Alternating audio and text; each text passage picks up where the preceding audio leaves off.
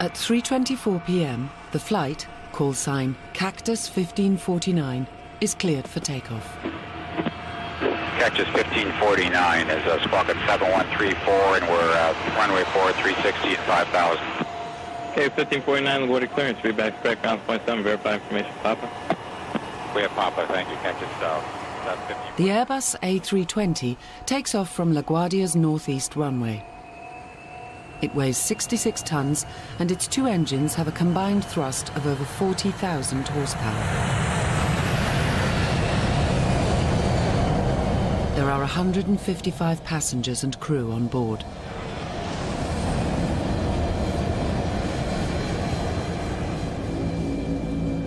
The flight path will take them north, over New York City, before turning west to head for Charlotte. The flight is scheduled to take 2 hours. It will actually last less than 6 minutes. There was nothing going on this flight to make me think that it was anything other than a flight I'd probably get on and probably sleep.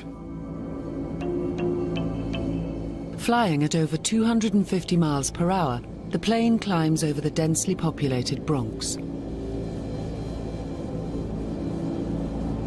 54 seconds later, with engines still at takeoff thrust, the jet reaches 3,200 feet. Sales manager Mark Hood, traveling first class, is in seat 2A. It's a beautiful day. The sun's shining, it's crisp and cold outside. Out of the corner of my left eye, I glanced out the window and I saw what looked like a gray shape shoot by the window and hit the engine. I knew immediately that the engine had been impacted because it sounded like a colossal bam. It startled everyone. What was that? What's going on? I leaned over and saw the flames, and at that point, like, this isn't good. You know, this is not what you want to see. The captain immediately reports in to air traffic control. This is Cactus 1539. Hit birds. We lost thrust on both engines, returning back towards LaGuardia. You turn left heading up 220. 220. With both engines out, the Airbus is dropping at 18 feet per second. At that rate, the Airbus will crash land in New York in less than 3 minutes' time. Terrain ahead. Pull up.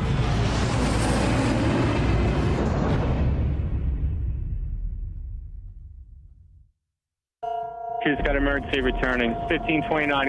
He bird strike. He lost all engine. He lost the thrust in the engines. He's returning immediately. An Airbus A320 with 155 people on board is coming down over New York City after a massive bird strike took out both engines. The fate of the passengers and crew now rests entirely on the flying skills of Captain Chesley Sullenberger, nicknamed Sully. Married with 2 daughters, he is 58 years old, just 7 years from retirement. He has flown for US Airways for nearly 30 years. The defining moment of his life and the lives of 154 other people is less than 3 minutes away.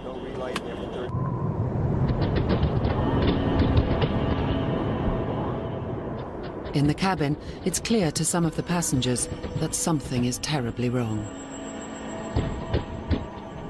The turbines weren't really moving as quickly as what you would normally expect, and there was an eerie silence except for a knocking sound. It's like tennis shoes rolling around in a dryer.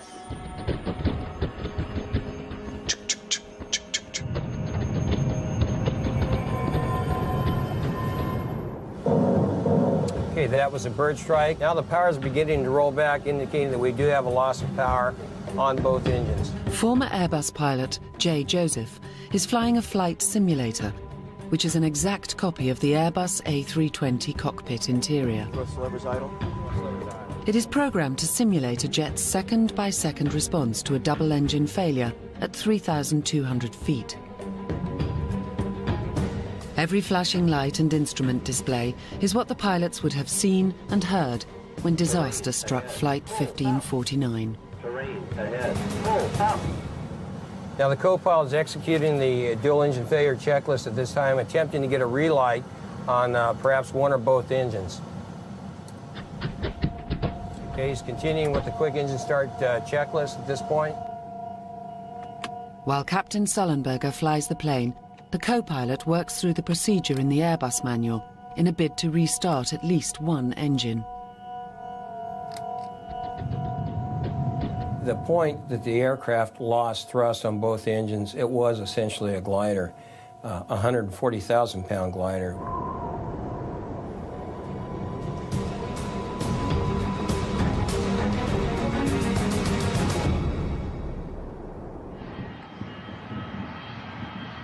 Air traffic control clears a runway for Flight 1549 at LaGuardia, 7 miles away.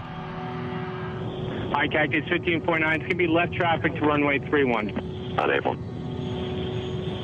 Cactus 1549. Runway 4 is available if you want to make left traffic to runway 4. 80 Echo, I'm not sure we can make any runway. What's over to our right? Anything in New Jersey, maybe Teterboro?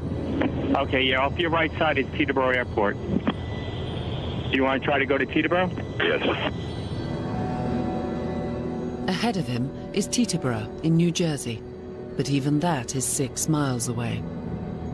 He might make it, but if he fails, it spells catastrophe, not just for those on board, but also people on the ground.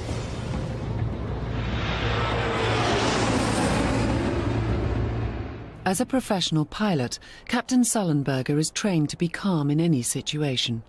But in a later interview, his inner turmoil becomes apparent. It was the worst, sickening, pit of your stomach falling through the floor feeling I've ever felt in my life.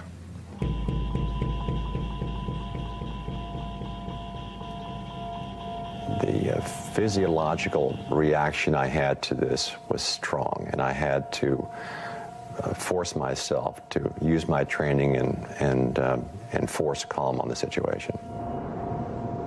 Flight 1549 will hit the ground in less than 2 minutes. Captain Sullenberger decides. LaGuardia is too far. Teterboro is too far. As he looks ahead, he can see one final option.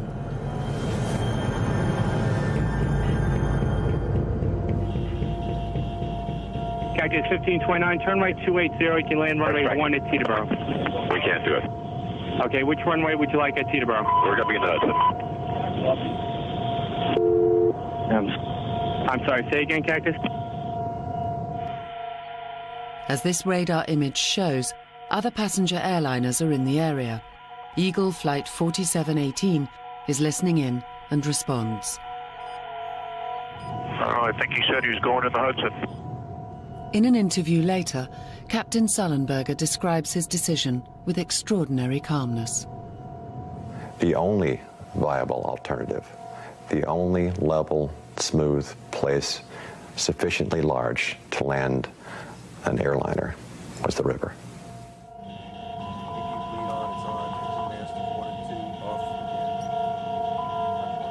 This has the potential to be catastrophic. To set himself up for an unplanned water landing is unprecedented. Nobody would have been thinking about that. Forced landings on water usually end in disaster. In 1996, an Ethiopian Airlines Boeing 767 cartwheeled on landing after ditching in the Indian Ocean at the end of a bungled hijack attempt. 125 of the 175 people on board died.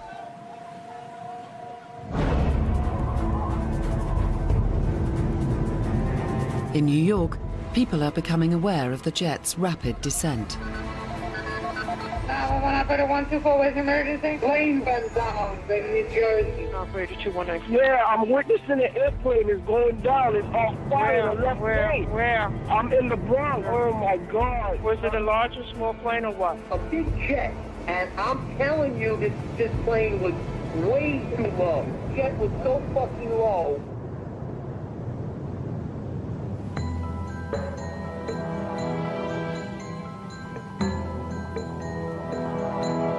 The captain has had no time to tell the passengers what he is attempting, but they know they are going down. I remember the gentleman sitting in 1A grabbing my arm and saying, "We're going to die, aren't we? We're going to die." I'm thinking to myself, this cannot be happening. This cannot be real. This, you know, it was like a bad dream. Ditching in the Hudson is Flight 1549's last chance. But standing in the way is a 600-foot-high obstacle.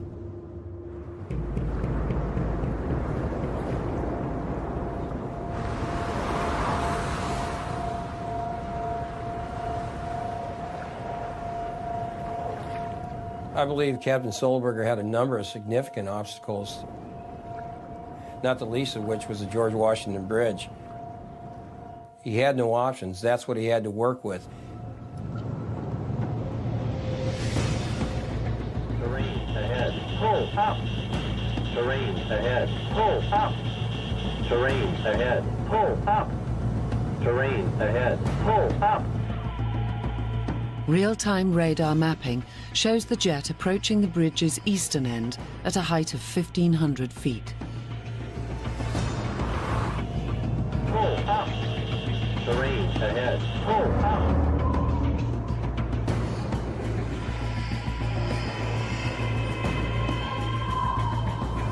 He clears it, with just a few hundred feet to spare.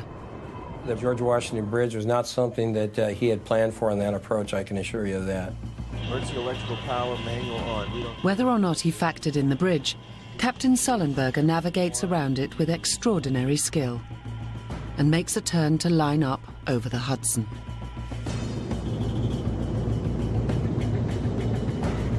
Below 500 feet, air traffic control may lose contact with the plane, but they need to know where it will come down. They divert a helicopter, which was taking tourists on a sightseeing tour, to track the jet's movements. Okay, listen, we're going to tell you something important. It's Cactus 1549. We see somebody low level in the Hudson River.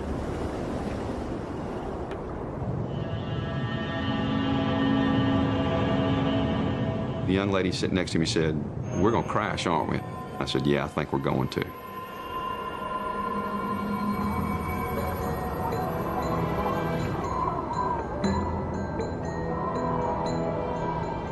I remember looking at the skyline of New York City and just, you know, looking at it, and I knew we were below the buildings. Man, we could hit a building. I don't want to hit a building because it's going to be like 9/11 again. Tango Alpha, it looks like there's maybe an incident here. Terrain ahead. Pull up. Terrain ahead. Pull up. We've got a target on him, but he looks like he's low level. Okay. Okay? All right.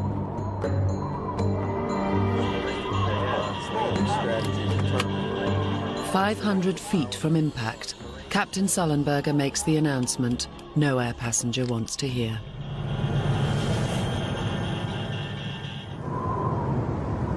The pilot came on and he said, "This is the captain speaking, brace for impact." I and a lot of others thought, this is it. It was eerie that the flight attendants in unison kept saying, "Brace, brace, brace." And then it was a silence for a second. And then they said, "Brace, brace, brace." And it was very eerie. It was one of those moments that was out of an Alfred Hitchcock movie.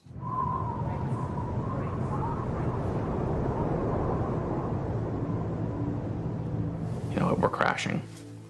You know, what are you going to do? I kept thinking, okay, you know, do I pray or do I send my wife a message? Do I call her? What do I do?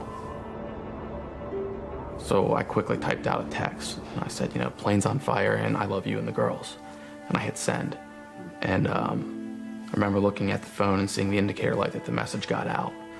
And I just kind of felt a sense of relief at that point that, you know, I got a chance to say goodbye.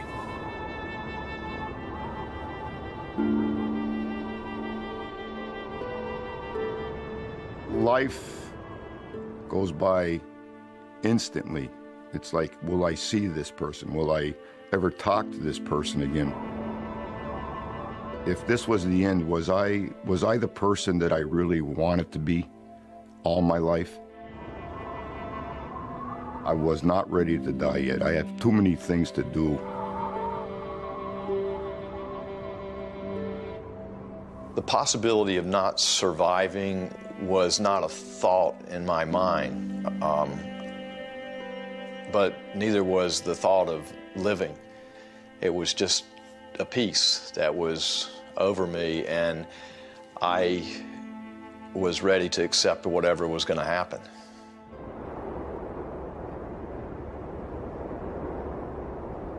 Two Tango Alpha, is he still flying? Still flying. I reached over and held the hand of the lady next to me and prepared to be a dead man. Going down. Two Tango Alpha, roger.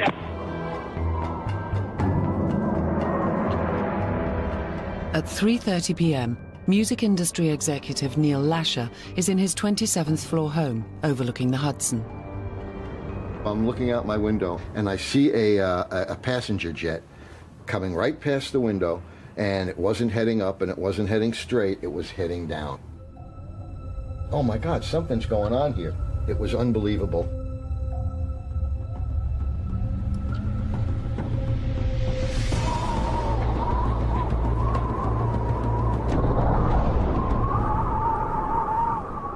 I had no idea when the impact was going to come or how much time I would have. I didn't expect there to be anything after. It was just this tense waiting. When are we going to hit?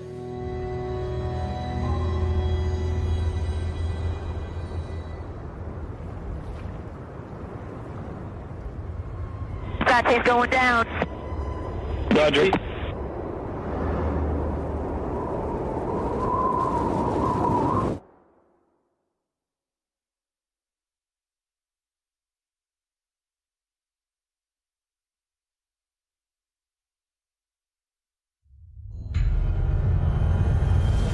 It was a hard hit.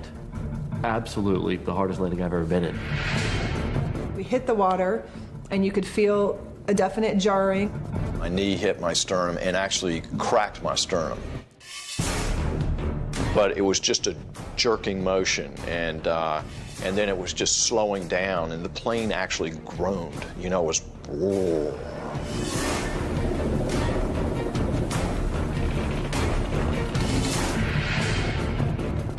In the water. Roger.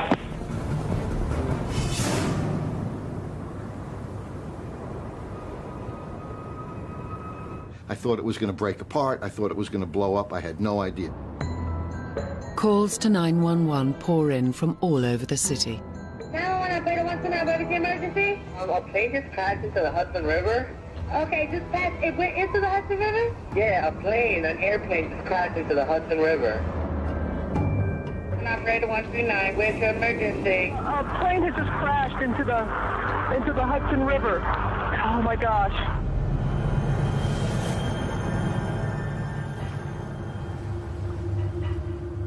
I was giddy with excitement. We're not dying today. What nobody knows is that the impact caused a breach near the plane's tail. And that's not all. The Airbus is equipped with a system that seals all the aircraft's vents and outlets to stop it taking on water after ditching.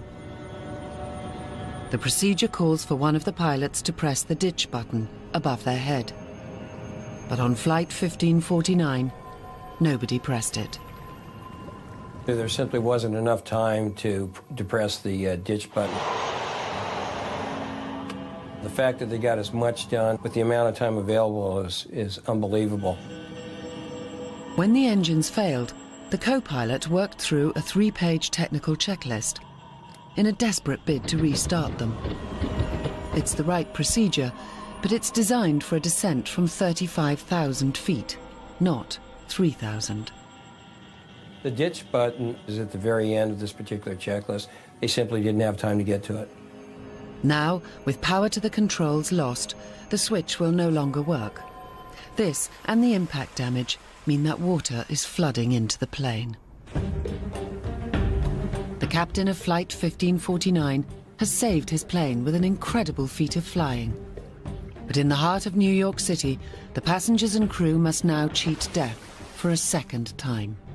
As the water is coming in so quickly, I'm starting to think, I may be drowning. This may be, you know, we've survived the crash, but now we're going to drown.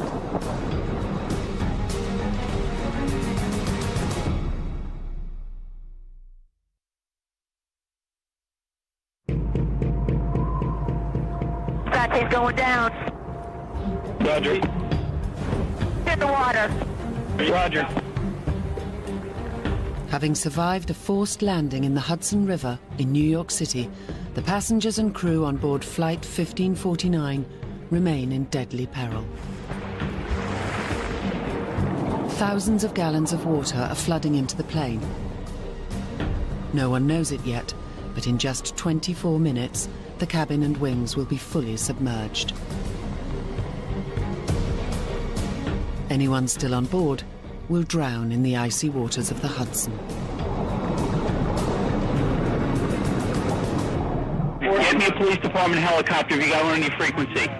Get me a police department helicopter if you got one on any frequency right now. We don't have one now. We'll make a call. You get anybody. You send them right over to the Lincoln Tunnel. We had a Cactus Airbus go down in the water. He's actually went down? He went down in the Hudson River, being the Intrepid there. He's sending out the rescue. Everybody's been notified, and just be careful with your arrivals, okay? Okay, good. Mike Whiskey. Within a minute of ditching, news of the incident is relayed to the crews of the Hudson's commuter ferry services. We got a call over the radio, plane in the water. So immediately I grabbed the radio, I said, we're on it. Do you have that Cactus in sight? No, the Cactus is gone. He's down in the river right now.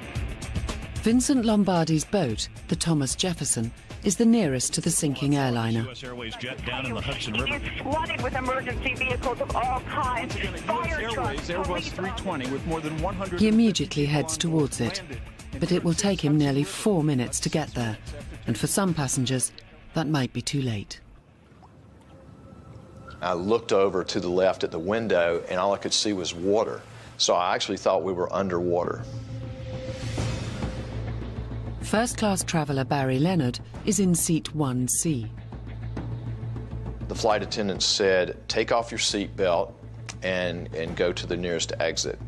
Well, for me, that was 2 steps, one forward, one to the left. I'm at the door. And I actually looked down in my seat to see if my body was there. Laurie Leitner is one of the first passengers to reach the exits over the wings. I was at the door, I saw the water in front of me. CCTV footage shows the first passengers spill out onto the wings. But Laurie thinks the plane is about to sink. People behind me saying, we have to get out of the plane, get out of the plane, get out of the plane. So I jumped in the water. The water is only 2 degrees above freezing, and Laurie has no life jacket.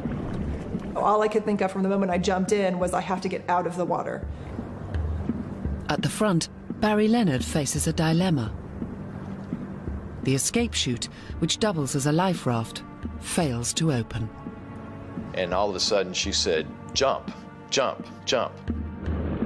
I looked at the water and then I jumped out. It's just straight out. Unfortunately, I didn't have a life vest. I didn't have a seat cushion. I had nothing. I've never experienced anything as cold as that in my life. I knew from reading that I probably had 5 minutes before I started to lose my faculties. At the back of the plane, the situation is critical. Water is flooding the rear, causing it to sink. And both exit doors are submerged, so can't be opened. Vicky Barnhart is in the back row. As the water is coming in so quickly, I'm starting to think, this may be how I'm dying now. I'm going to drown. It just felt like it was getting deeper and deeper. And I remember just thinking, I have to tell my family goodbye. I flipped open my phone. I knew it would just take 2 pushes of a button to call my husband, and that's what I did. Of course, I got his voicemail. I got a phone call from her. I just assumed that they were on the ramp and that she was going to be delayed. I just basically said, I think this is it. My plane has crashed. I love you. I love the kids. And I love you, I love you, I love you. I think that's basically what I said. But about 15 minutes later, checked her voicemail, and that's when, she basically said, we've crashed. She was screaming into the phone. Everybody around her was screaming. I felt somewhat peaceful. But I was also sad that I might be leaving a family so young.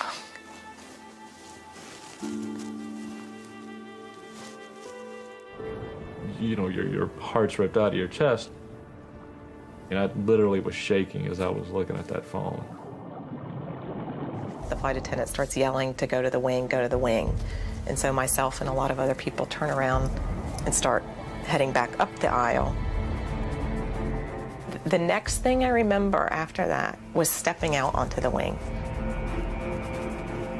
Rob Cullajay, who had been going on a golfing holiday with his son, leaves his seat in row 6 to join the crowd at the wing exits. People were actually climbing over seats to get out.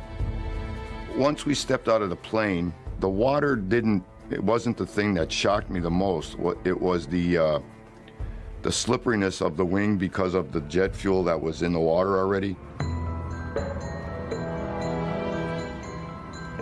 Once on the wing, Rob's relief is short-lived.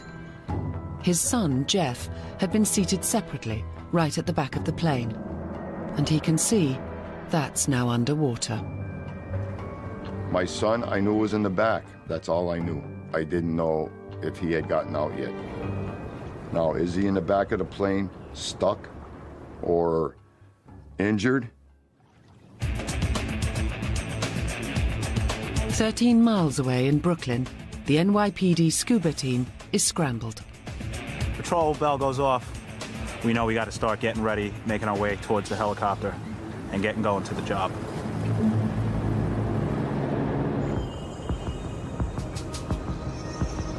At the plane, several people have fallen off the wing or jumped into the water. And you could see the fear and terror in her face. And I said, "Miss, don't give up." I actually slid down into the water off the wing and grabbed her and pulled her onto the wing, yelling all the time, "You're going to make it, you're going to make it." Nick Gamache is one of the last to reach the plane's forward exits, where Captain Sullenberger is ushering people into the rafts. He was just kind of standing there, and he was the picture of calm. I mean, we just crashed a plane, and here he is. I mean, he's wearing his captain's jacket. And he was, just telling people, get into the rafts, get into the rafts. And he was yelling at people from the back to come up to the front. After jumping out of the plane without a life jacket, Barry Leonard tries to swim to the shore, but then has doubts. There's no way that I could make it to either shores. I will not survive. I honestly just turned around and started swimming back to the plane. The front life raft on Barry's side of the plane has finally deployed. Freezing and in a state of shock, Barry is pulled onto it. There was a pilot that was sitting on the side of the raft, and he said, "Sir, you have to get out of your clothes. You're going to freeze to death." He actually took his shirt off of his back and gave it to me. Well, I thought it was just incredible that he had given me his shirt. 3 minutes and 40 seconds after impact, the first ferry arrives at the scene. As I pulled up to the plane, guys were cheering, women were crying. My guys started handing out life jackets. We tried to get as much out there in the water as possible in case somebody slipped off a wing or one of the rafts deflated. People's lives were dependent on us. Deckhands help Vincent carefully maneuver his ferry as close as possible to one of the wings. They were giving me hand signals, 3 feet, 2 feet, stop. But the plane is in the middle of the river, where the current is fastest, making it a constantly moving target. So it's an ebb tide, and we're just on the south side of the plane. and the plane keeps turning in to my starboard side. As a second ferry arrives, another problem emerges. The boats aren't designed as rescue vessels. Their decks are nearly 7 foot above the water, too high for the passengers to reach. The boat crews throw down nets and rope ladders. As passengers begin to scramble up from the wings, a new danger looms at the front of the plane. The back of his boat was starting to swing towards the people in the lifeboat, and we all start yelling at him to stop, stop, stop, because he literally squished into the lifeboat and was making it kind of push up a little bit. And I thought, oh my gosh, you cannot injure those people. The ferry makes a lunge at us. Not on purpose, obviously. So we were yelling at him saying, you know, stop, stop. The emergency slides, which double up as life rafts, are still tied to the plane. We wanted to cut the raft loose from the plane, so if the plane went down, it wouldn't pull the raft under too. We immediately said, throw us a knife. Mark Hood is in the same life raft. The ferry came back, tossed the captain a knife. The captain cut us loose, and we began to float free.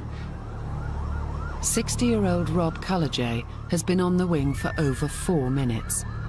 His only hope is to climb up onto the ferry. I scooted up this makeshift ladder. At that moment, I was petrified because of the fact that I didn't see my son. I saw everyone else but except my son. One of the officers said to me, there may still be bodies in there, we don't know.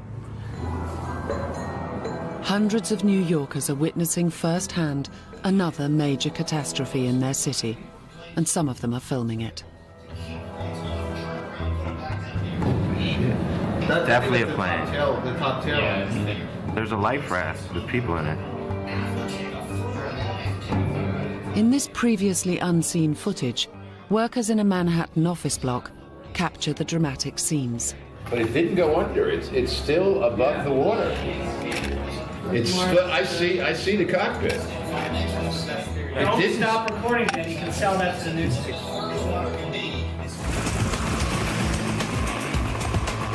When the NYPD scuba team arrive, they find a scene of chaos. 7 boats, including a US Coast Guard vessel, are pulling people off the rafts and wings. But there are also people struggling to stay afloat in the freezing water. A passenger captures the helicopter's arrival on his mobile phone. I remember climbing up the ladder as the helicopter showed up, and it was kicking up spray and dust, and I just remember thinking, you know, here I am climbing up this ladder, and the wind shear from this helicopter is going to drop me into the river. When we got down lower to the water, we saw that one victim in the water, and I said, that's who needs the immediate help. That's the person that we have to get to first. And I knew that I can get to her much faster if I didn't have a tank on. Mike just gestured to me. He goes like this. He made the split-second decision to take off his gear, and we collaborated and decided one with, one without. In the crush around the sinking plane, the helicopter can't get lower than 20 feet. Ordinarily too high for the scuba divers to jump.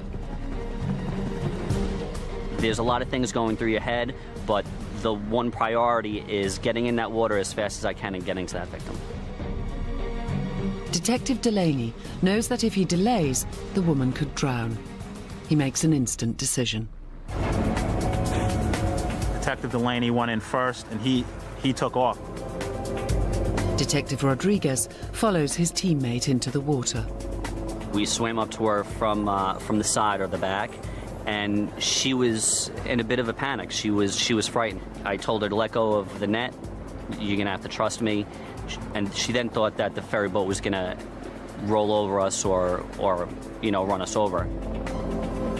We both swim her over to the closest platform, which is a rescue ladder with a platform that one of the ferry boats deployed. Now she's taken care of. And now, you know, the mode turned towards the plane. We got to get to the plane. We're at this point, we're thinking there's definitely victims inside. As the divers continue their search, Rob Cullejay is safely on a ferry. But he has been separated from his son, Jeff, ever since boarding the plane. I still hadn't seen my son yet. Your mind plays funny games with you. And I start seeing my son as a little toddler again. Things go through your mind that I'll never see him again. Life ended too early for this kid. The plane is now just 13 minutes away from sinking.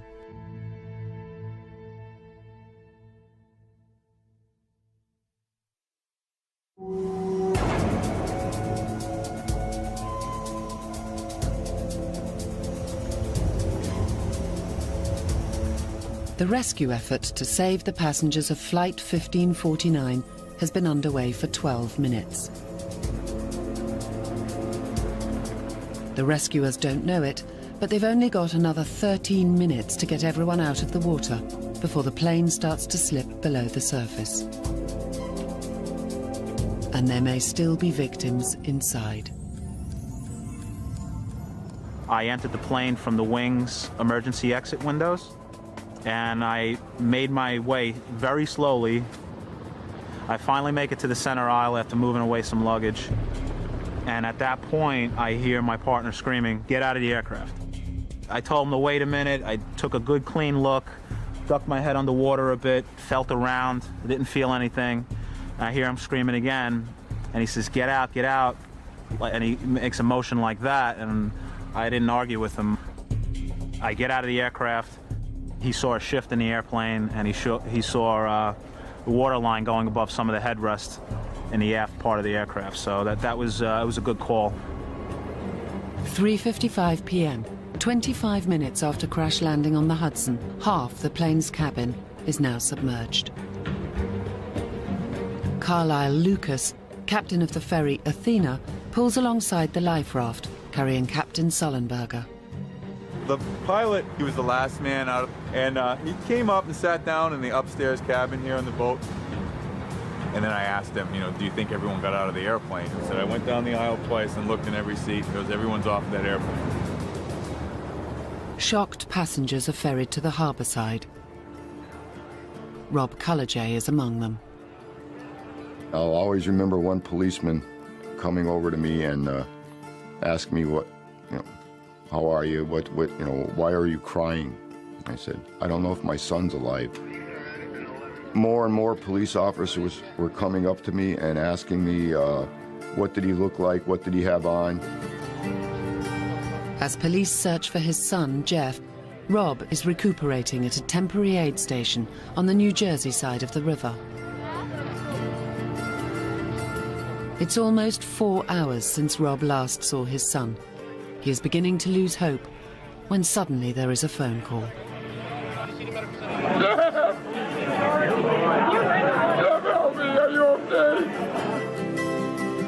As Rob awaited rescue on the left wing, Jeff made it into a life raft on the other side. We're alive. I couldn't believe it. I really couldn't believe it because I had just nightmares of twisted metal and going underneath the water and just everything. Father and son are finally reunited. We just shared a big hug, and it was just really a cool feeling. Very emotional. He's saying, Dad, please, don't cry, don't cry. Didn't want to let go, and just told each other we loved each other, and just couldn't believe that what just happened. The odds of surviving something like that were a bazillion to one. An investigation into the crash is underway and has confirmed that the impact caused a breach in the plane's rear bulkhead.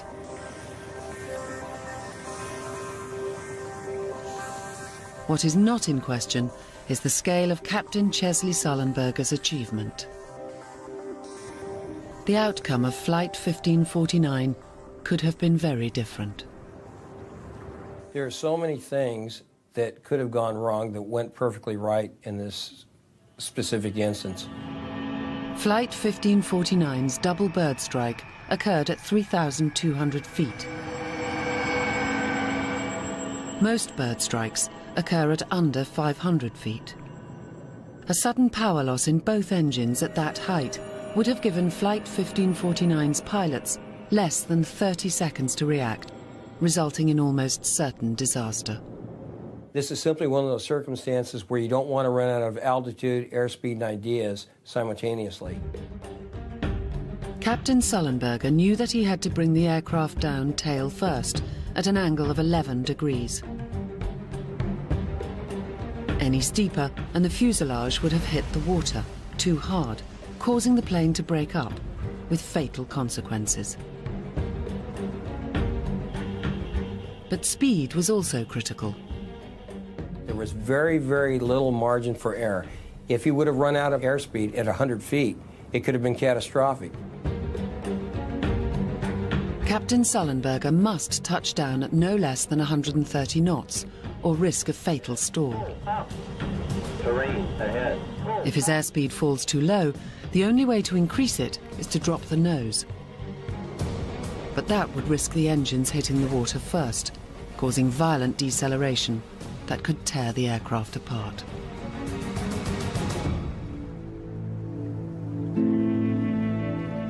The passengers who survived Flight 1549 are already finding that the crash has changed their lives in unexpected ways.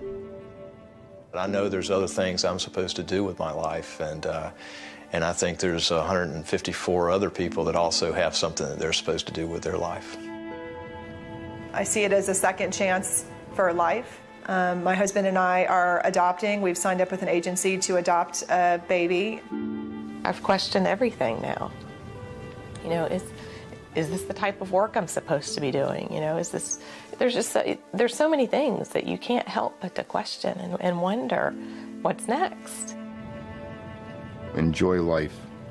Live for today, don't live for tomorrow. My life has been touched by a miracle, so I have to give back some sort of, to something. I was supposed to be a dead man. I try to get up every morning and look at my wife differently, hug my kids differently. I wanted to get home and see my family, and I flew home. I remember I paid attention to the safety instructions. I just kind of sat there, and every time I thought about it, I just kind of smiled. I was like, I was in a plane crash. And, you know, you're emotionally just like, it can't happen twice.